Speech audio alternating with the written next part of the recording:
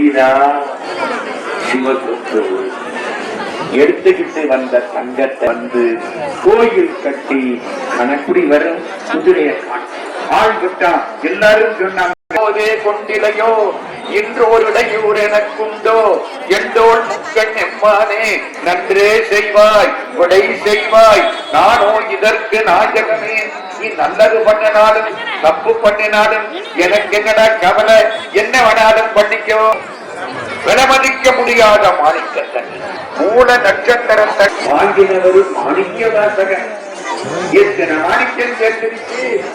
சிறுவருமா மாணிக்கம் தானம்மா.